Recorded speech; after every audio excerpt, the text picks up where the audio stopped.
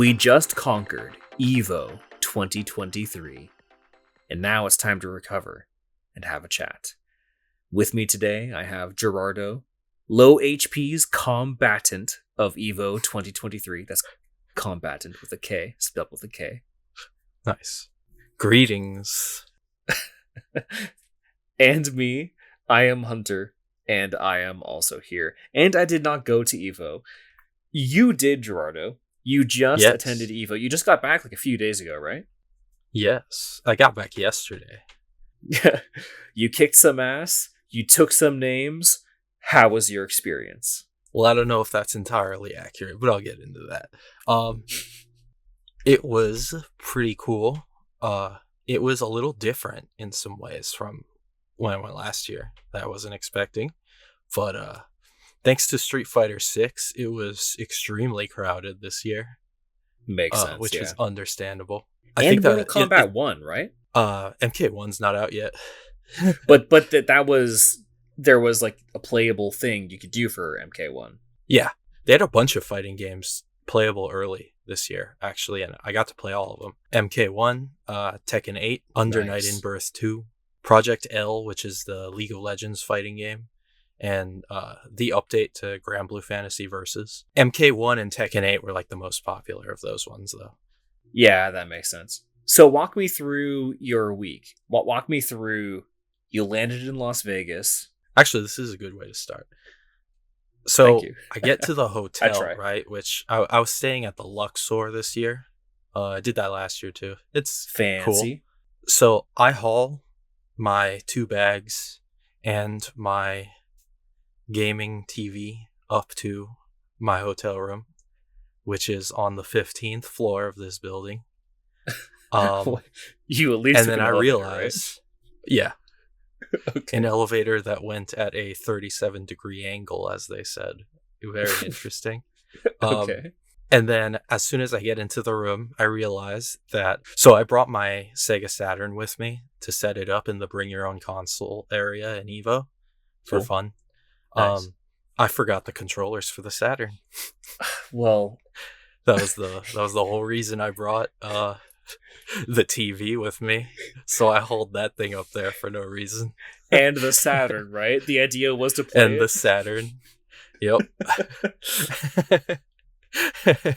So that didn't work out, but other than that, I still had some fun at the event. So we got the badges the night before, which was thankfully a really good idea, because when the event actually started the next day, there was a massive line to get your badges that went all the way out the convention center and through into the casinos. And, was it that bad last year? No. No. I guess that's all just because of Street Fighter, right? Yeah, I think EVO's attendance was like peak of all time this year. But I haven't double fact checked that, but I'm like fairly confident that was true. This year is like massive for fighting games.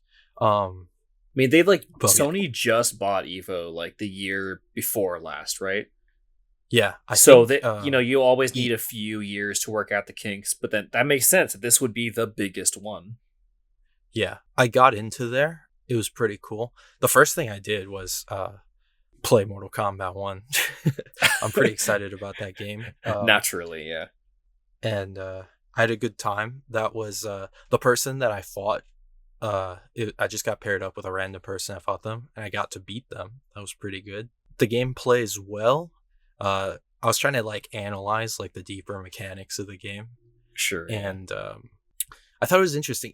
It feels a bit more like Mortal Kombat 9 and Mortal Kombat X than Mortal Kombat 11. So they're taking a little bit of a step back, and I think some fans are going to be happy about that. Since it's the beta, I want to wait until the final release to give past judgment on that. But I had fun with the game. I got to play as Johnny Cage, Li Mei, which is cool because Li Mei hasn't been playable since Mortal Kombat 7. Liu Kang and Sub-Zero and Kenshi. I got to try out all the characters. I went through that booth a couple of times throughout the 2 days that I went to EVO. Seems like a pretty good mix of some classics, some fan favorites. They're in basically every game. and some kind of Yeah. returning characters as well, which is kind of the vibe of Mortal Kombat 1 in general. Yeah.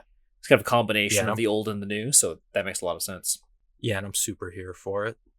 Kenshi was another one that Kenshi wasn't in MK11, but he was in MKX. So I'm glad to see him returning as a playable character. So after that, I had my first match, which was in Mortal Kombat 11. It was pretty early. It was like 10 a.m. The opponent that I was supposed to fight never showed up, so So you got to pass. I got to pass. Nice. Unfortunately, that means that I fought somebody who already won a match. Oh. And he kind of destroyed me. So I did not win any rounds against this dude. And that was unfortunate. But, I'm there to play. I'm not there to win. Okay. That's happened to me a lot in Yu-Gi-Oh tournaments. Yeah. I play a massive variety of games throughout the year, and like these guys that are there, a lot of them just play this, like, they have their game, their one game, and right. They play it all the time. So like I totally understand. Like I didn't go to this expecting to win, especially at EVO. Yeah. Yes. And also it's nice to admire, because in the convention center hall, each game that's headlining the tournament has an area, right, with a bunch of console setups on it. This year they were all PS4 Pros except for Street Fighter 6, which had PS5s. They also, each game has one large screen that some random matches get fought on, and it's nice to like see the really skilled people like going really hard in those random matches, and all the people in the convention center get like really hyped up watching these things too, because sometimes these fights are like right. really close, or like one, or even when like a match is just like ultra one-sided and like a guy like double perfects against his opponent, and people just get really like, you can just hear people like cheering across the whole convention center. It's a fun time. Coming from someone who knows almost nothing about fighting games, I think it was Street Fighter. There was like this specific Street Fighter clip of someone was like unleashing their like ultimate combo or something on this guy that had like a sliver of HP left, and it was like some like champion, like finalist or semi-finalist match or something like that. And then he was literally you need to press the like defense button, because the guard only works to neutralize the HP the first time, but then every subsequent hit only like still does chip damage, and so he had to like repeatedly press the guard button over and over for every single individual hit, frame perfect for like 12 or something hits, like many hits in a row perfectly, and he did it, and then came back and then ended up winning that match. Like, me knowing nothing about fighting games, but recognizing that level of skill and then hearing the background roar of excitement, I can totally get how when you're in the moment, you can absolutely get into it. Yeah, that's called Moment 37, and you can hear people talking about it every year. At least the 2 years I've been there, I've heard people talking about it. Naturally, they still like interview the guy that did that. Well, yeah, to be fair, that was like one of the best moments ever. Yeah, it was pretty insane. It's like, I don't normally enjoy baseball, but if I'm going to a Dodgers game, something about being in the moment is just a different experience. I'm all hyped for it. There's the group mentality of it, and like, I don't know, it just builds you up, and then everyone else's excitement is building each other up, and I totally understand it.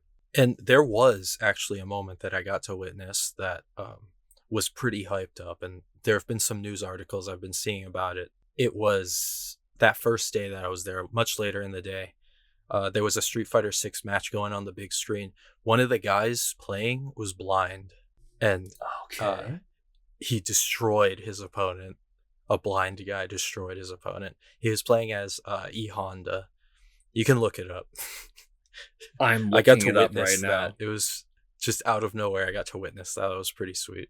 He was fighting E Honda, or he? No, he was playing as E Honda. Oh, sorry, he was playing. I don't know anything about Street Fighter. Yeah. I think I have it uploaded 2 days ago. Oh my gosh, I'm watching it right now. Yeah. Dude, that's awesome. You witnessed this? Yeah. How do you play? I guess that's a whole other conversation, but wow.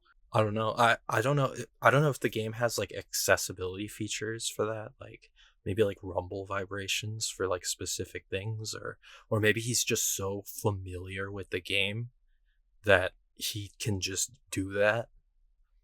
I guess hearing the The sound audio effect and- probably helps. Yeah.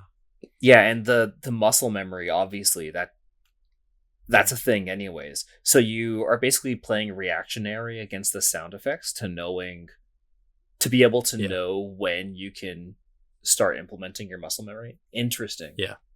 Awesome. And you were there for that. Awesome. Is there like a Yeah. named canonical like moment for this? Not 37, but like 73. I'm not sure. I don't know. Or is I'm this not too sure new? yet. I'm not sure. As People I'm will watching probably this, be talking about it next year. I love the Evo presented by Chipotle logo at the bottom yeah. of this clip. You know about that. Okay, so there was no Chipotle anywhere in the building. What? Just logos. They Excuse me? They had What? an area. They had an area called the Chipotle Lounge, and they did not have burritos there. It was just a place to sit down and play some games. Nonsense. Nonsense. No Chipotle. Not that I would have Unacceptable. wanted any Chipotle, because I would not have wanted any Chipotle. But You don't like Chipotle? it's all right. Oh, okay. I get it All right. sometimes. I have other preferences for burritos. I But enjoy myself anyways, some Chipotle. Continue. Maybe I just sorry. don't get the right thing for me, It's custom. You know, I'm gonna But be there in a anyways. few weeks. I'm gonna be visiting you over a weekend in a few weeks. We'll go to Chipotle. I'll show you what I get. We'll hit up All right, Chipotle. that sounds good. So So no anyways, Chipotle. back to, That's ridiculous. Okay, sorry. Continue. So anyways, back to the thing. Okay, so I just lost my MK11 matches. After you lose your match, you get put into the losers bracket, and you get another chance to fight against somebody else that lost their match. Right. Unfortunately, I lost that match too. I did better in that second match, but I lost that one too. But that's okay. So after that, since I lost so pretty hard, my second match was going to be in Melty Blood. I was Right. pretty hungry, so I decided to just not show up for that one. And apparently not eat Chipotle. Yeah. Actually, I did get burrito, but it was at a non-Chipotle burrito place. By the Man, convention they center. dropped the ball there. Okay. Yeah. It was pretty good. It was a pretty good burrito place, I have to say. And it I wasn't went there Chipotle. last year also. I went there this year. I'm going to go next year. So yeah, I decided to because I've literally never even played Melty Blood type Lumina. I've only played the previous game in the series. I had intended Actress to play again, that game, right? but yes, I had intended to play that game before EVO. I was too busy playing Pokemon, so I never got to it. My mistake. Oh well. So I didn't give that one a shot. But later in the day, I competed in Ultimate Mario Capcom 3. And Yes. that one, I won one round, What a legend. but lost 2 matches still.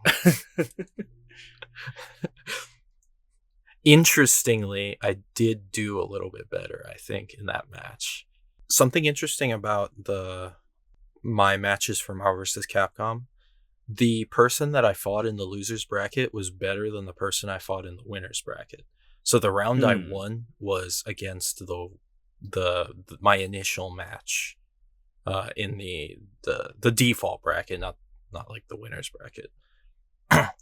But oh yeah, and in Marvel vs. Capcom, I also had my first opponent not show up, so he got DQ'd. So I think it might help my case a little bit that the people I fought against in both games were both already winners of their previous rounds. So maybe that helps my case a little bit. But, at least I won my match in Mortal Kombat 1 when I played that. So I forgot to mention, when I played Mortal Kombat 11, I played as Johnny Cage, Shang Tsung, and Terminator. I think next year I'm probably just going to aim for playing as one character. Yeah, At least master that's the what my one friends character. suggested to me. So Yeah. this is the first time I've ever actually tried to compete in Evo. So, and then in Marvel vs. Capcom, I played as Dante, Akuma, and Deadpool, and I Okay. did best as Akuma. I got some good combos in there as Akuma for that one. So that was the end of my like competing experience at Evo. Other than that, I just went around the convention just to see what was around there and play the games that haven't come out yet. So now that my matches were done and I explored Evo a bit, I did notice that this year they were giving out less like free merchandise. And, you know, free merch is like usually kind of crap anyways. Something I noticed that was interesting was that the merch that Sony themselves was giving away at Evo is this shirt, and it was the same exact shirt as last year. But What? so I Lame. got the shirt again because it was easy. Lame. So Okay. now I just have two of the same shirt, which is fine. It would have been nice if they like updated the shirt or something, but Well, it's yeah. generic enough that I guess it doesn't matter. Sure. All You it just has have is two the copies now. yeah, all it has is the PlayStation face buttons on the front, and on the back it says Evo and it says PlayStation on it. So Okay. beyond that, there was something interesting that I did notice. So on the second time that I went to play Mortal Kombat 1 just because I wanted to, that was on the second day now. Okay. While I was in line to play the game, and the line was really long this time since I wasn't early, Sure. I noticed Ed Boon, the creator of Mortal Kombat, Whoa. was in the booth doing like what do you call it, like a meet and greet. I think he was there for like a solid hour, and like that's how long it took me to get through that line. But Were you aware that he was going like ahead of time? no, but I assumed he probably would. Because this is like, you know, this is like the big fighting game tournament, and they always, every year, they do reveals for all the games, and I'll get into a couple of those later. So, you know, he basically had to be there. It's like, you know, the game Mortal Kombat 1's about to release in a month and a half. So this was interesting. This was the first time I got to see him because he wasn't there last year. As far as I noticed, I would have. I was trying to think of like things to say to him when I got to him, but unfortunately his meet and greet ended before I was finished with the line, so Oh he went no. away. But I thought it was cool. I made solid eye contact with him 3 times. So I may not have gotten to speak to him, but he knew I was there. Were there any head nods or anything like that? No, Oh. but Okay. solid eye contact. He He was knows. vaguely aware that you existed Yeah, in that moment three yeah, yeah. times. I made sure he knew. You were But that was just like funny. eyeing him down. That must have been terrifying for him, actually. I may have been staring at him a little bit. You with your like intense mustache as well. He knew I was gonna complain. No, no, I didn't have that much complaints. I like Mortal Kombat a lot. Although, you know, it would be nice if they brought back the story mode from Mortal Kombat 6 into the modern games, because it was like a free roaming adventure mode. It was really cool and had a lot of lore. But I probably would have mentioned that to him. You know, maybe he knew, maybe he wouldn't. No, but anyways, so that was the end of that. So then the other thing, and this is probably like the like thing I did the most during the 2 days that I was at Evo, Mhm. is they have this free play arcade area where they just have like a bunch of random arcade games. They're not all fighting games. There's just like any arcade game that they could get their hands on is in this area, and it's free to play, and it's really cool. So I spent a lot of time in there playing a lot of different games, but there were a couple of games that I wanted to call out in particular because they were really Awesome. cool, especially because this is the first time I've gotten to play a couple of them. So Hmm. one of the biggest ones for me is I don't know if you know about this game. It's called Kung Fu Master Jackie Chan. It's a Oh, fighting no. game with Jackie Chan in it. Okay. Three What is? of the characters are Jackie Chan. It's really weird, but it's pretty fun. It's like kind of a Mortal Kombat ripoff a little bit, except that Jackie Chan can't die. Just the other characters can die. Okay. When Jackie Chan loses, he falls on the ground, and then he gets up and gives you a thumbs up. It's funny. And that the other That characters makes just sense. straight up die when they lose. And going on this Mortal Kombat ripoff train, they also had Street Fighter, the movie, the game. And this one was a little bit more janky, but also more fun, like a lot more fun than I had expected it to be. I'm vaguely aware of this game's existence. Is this? Yeah. But I know nothing about the Street Fighter franchise, to be completely honest, or the movie based on the game that's based on the franchise. So is this game more of a Mortal Kombat ripoff? It's only like graphically, really, because Okay. it does the same thing where the characters are like images of the actors from the movie in stop motion of all of their character animations. Like it took I guess you could say it took the visual aesthetic that Mortal Kombat has, which is just, so that was really cool. So the next one there was this arcade game called Killer Queen. This one was really interesting. My friends played this a lot so this is a team-based strategy platform game. Okay. Where it's 5v5. And we did manage to get 5v5 players here. So basically the premise of this game is that you have to take victory over the enemy in one of 3 different strategies. There is a military victory, which is just kill the opponent's queen, which is one of the players plays as the queen 3 times. And the way that this functions for the queen specifically is it plays like the Joust arcade game. I don't know if you played that. Yeah. Where you have to kill the opponent by like hitting them from like a higher up area, and you can both like fly around freely. So that's one of the ways to win. And to help with that, the other players start out as like worker drones. And there's these berries that you collect, and there's these doors. And if you take the berry to this door, then you transform into a knight, and you can help fight the opponent's knights if they transform into knights. You can kill the opponent's drones, or you can fight against the opponent's queen. So that's one strategy. The other is an economic victory, where you have to go and collect the berries and you bring them back to your base. And you have to collect a certain amount of berries, and when you collect enough, then you win the game. And then the third is called a snail victory. And the one, what that is that there's this large snail in the middle of the map.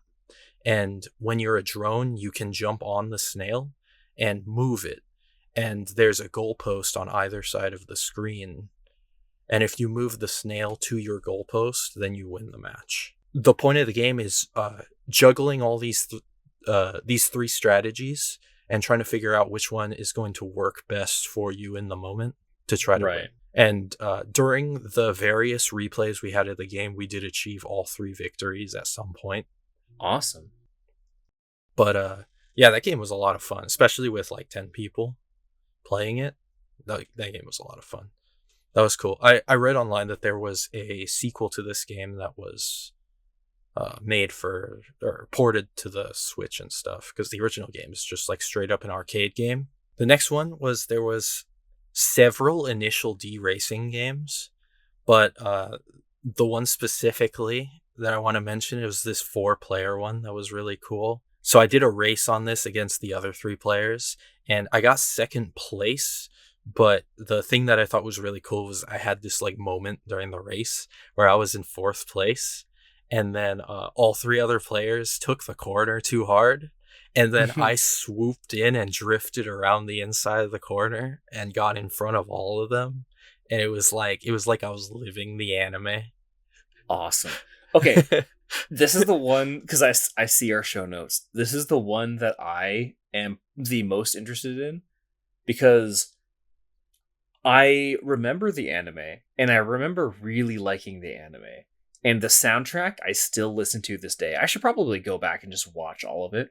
It was like a manga, Yeah, I think, initially, but then there was yeah, all these different video games, actually, all in the Initial D universe, a lot of arcade games. Yeah, which I think probably makes a lot of sense for Initial D in particular, having a ton of our different arcade games, yeah. It was just a standard racing game. like arcade It racing game. it, Yeah. it did have a story mode, but the cabinets were Japanese. All the Oh, text was in Japanese, so it's like, it let you. It let you connect. It let you play independently, but you could also connect to the other cabinets and race the other players. But that's that's what awesome. everyone was doing while playing the Right. game. Was just they were Yeah, just connecting and racing each other. that makes sense. Yeah, these cabinets were very busy the whole night. It took me a lot of walkarounds around the whole arcade before I found an opportunity where I could swoop in and get a seat on the cabinet. And even then, I still had to wait in line a little bit. These were very popular. Really quick, there was also a Rhythm Heaven game. So one of the other games that they had there was the original Monkey Ball arcade. I think it was like they had a lot of generic arcade machines. I don't know if this one was like an original. It looked a little old and beat up, and it did have the banana control stick, Oh, cool. but I don't know what the original cabinet actually looks like because it looked like a generic cabinet.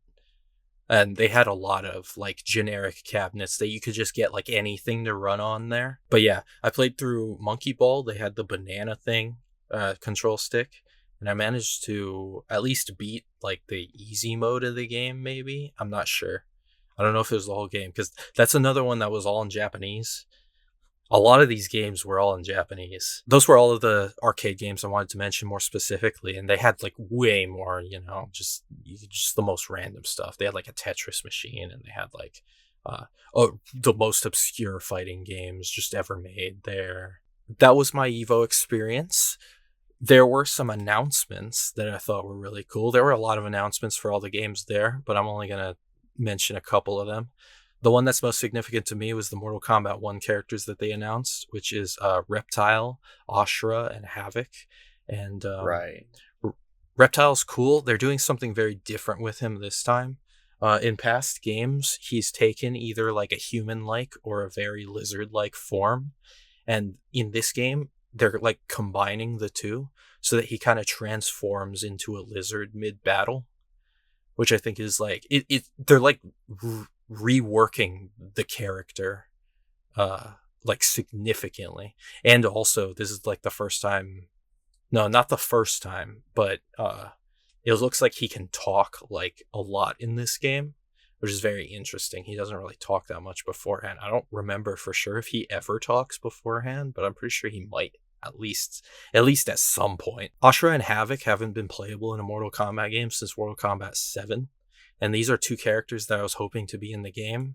Havoc in particular, because he's my favorite character in the whole series, just because his play style is so just weird. So this character, like his thing is that he comes from a place called the Chaos Realm, and the point is that as a being of the Chaos Realm, he doesn't need to make sense. So when he What? fights, Okay. his moves are things like, and it's very Mortal Kombat like esque style of a fighting style. His moves are things like he'll rip his own arm off and then smack you with it and then reattach it, or 'Cause that it makes showed that sense. his like ultra move is that like he does like a beat down on the opponent until like his own like arms are reduced to just like bone, and then he stabs you with the bones of his arms. And it also helps that he doesn't have like a whole face either. That's just his character design, is that like his nose and mouth part are just like gone. It's just skull. Street Fighter 6 had an interesting announcement. They're getting Teenage Mutant Ninja Turtle costumes for custom characters. I'm kind of disappointed that they're not like guest characters themselves, but Street Fighter's never had guest characters in a core series game, as far as I can remember. Street Fighter's had a lot of crossover games, like Street Fighter versus the X-Men, Street Fighter Cross Tekken, and then there's also just the versus Capcom fighting games in general. Right. Against like Marvel and Tatsunoko. But none of the like numbered Street Fighter games have ever had like guest characters. And like, a lot of Mortal Kombat games since 9 have had guest characters every entry. And even Tekken 7 had guest characters, which surprised me, but they did it. Soul Calibur's had guest characters a lot. Other than that, Grand Blue Fantasy Versus Rising is just like, it's an update to an existing game. Basically, it's a standalone re-release. It's like the later versions of Street Fighter 2.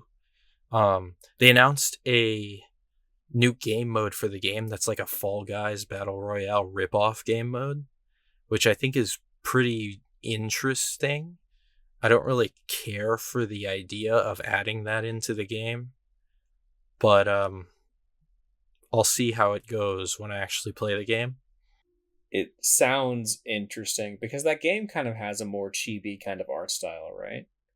It uses chibi characters a lot, yeah, but that's not the core art style. The core art style is just like a general anime art style, a bit more detailed than a general anime art style, but yeah, and that's the art style that game mode is in. Makes sense. It's like the chibi art style. So it really looks like a Fall Guys ripoff game mode. It really does. But who knows? It might be fun. I'm not going to like write it off just like that. Sure. Yeah. And then the last announcement I want to mention is that they announced the name of the next Fatal Fury game. And I think that's cool. It's called Fatal Fury City of the Wolves. This is the first Fatal Fury game since 1999. As long as you don't count King of Fighters, because that's technically a different series, even though it also has Terry in it. Yeah. I have a theory that the fact that they're even making this game is because Terry was in Smash Bros. And so people actually know who he is now, kind of, a little bit. Right. Kind of makes sense, yeah. Yeah, but I think this is cool. I'm looking forward to this game. And that's my whole EVO experience. Now that we've recovered and had ourselves a little chat, what did you think? Leave us a comment on YouTube and like the episode. That really helps us out. We're also on Twitter and Instagram at the Low HP Podcast, if you want to reach out there. And subscribe if you want to catch more of us on YouTube. We're also on Apple Podcasts and Spotify. Links in the show notes, as always.